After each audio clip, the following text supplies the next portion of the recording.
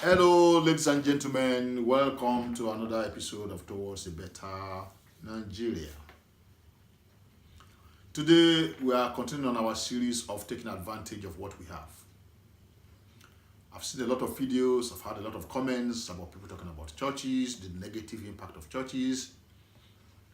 Churches are the worst thing that could ever to happen to Africa. Religion is our undoing. Oh, religion should be scrapped. All pastors should be shot at sight. And all that stuff. Let's look at it this way. Does religion have its own positive impact in Africa? A lot of people may not agree with me, but I will say yes, and a lot of it. Do you know how many millions of unemployed youths that troops to churches every day, praying and believing that one day God will answer their prayers?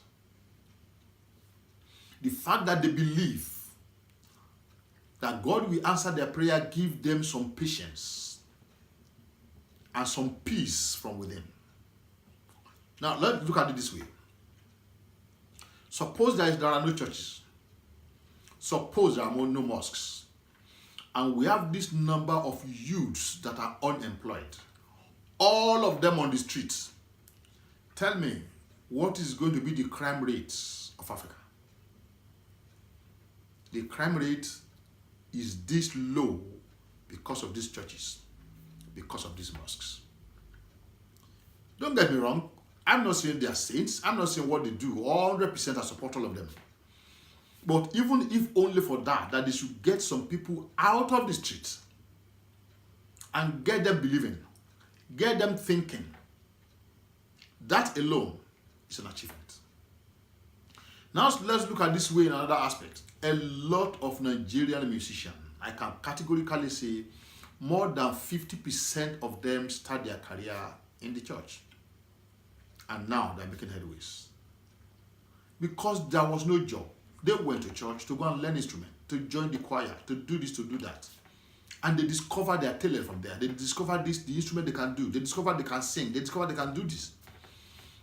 And when they grow up, they turned it to money making, which created job for them individually. The church might not be able to do that.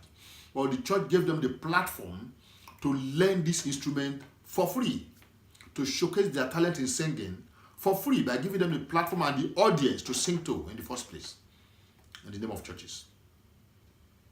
So let's look at the advantage of what we have. Now that we know we cannot stop people going to church, we don't even intend to. Millions of people are trooping to church and pastors are taking advantage of that. How do we take advantage of that as a nation? Simple. Let the government get involved in churches. Let the government instigate the pastors and the founders and the bishops and the officials, whatever it is being called, to contribute huge amount of their income into the development of that nation. This is your church. The road from your church to here is your responsibility to do that. 40% of the income that comes from your church belongs to the federal government, and we use that money for this and for this and for this. But instead, we are making them richer by treating them as charity, giving them free duty when they import things to the country, giving them rebates on things that belong to the federal government because they are being treated as charity, but they do not do the charity work. Instead of sitting down, complaining, blaming them, let the government step in and mandate them to pay huge amounts of tax to the government for onward development. That one will solve the problem. They are happy, the government is happy, everyone is happy. Because they will not do the charity themselves, the government can do it for them.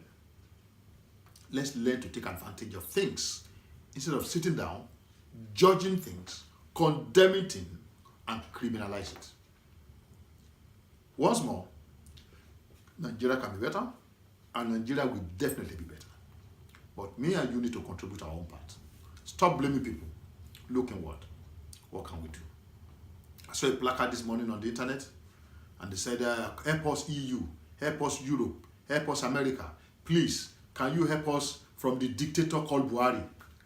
What does America got to do with it? You have your voters' cards. February 16 is here. Let your voice be clear. If you don't want Buhari anymore, don't vote for him. America has nothing to do with that. Europe has nothing to do with that. You voted him in, you can vote him out. Oh, yeah, no, you can't do that because they will rig the election. Who will they use to rig the election? The youths. You won't see Buhari in a polling booth. You won't see Atiku in a polling booth. They will use youths to rig the election against the future of themselves. America has nothing to do with that. Advantage that you have, that you can take hold of, is your voting card. Use it wisely on February 16. I know who I'm voting for. You should know who you are voting for. And from my own platform, I'm not voting for any of the recycled politicians. No.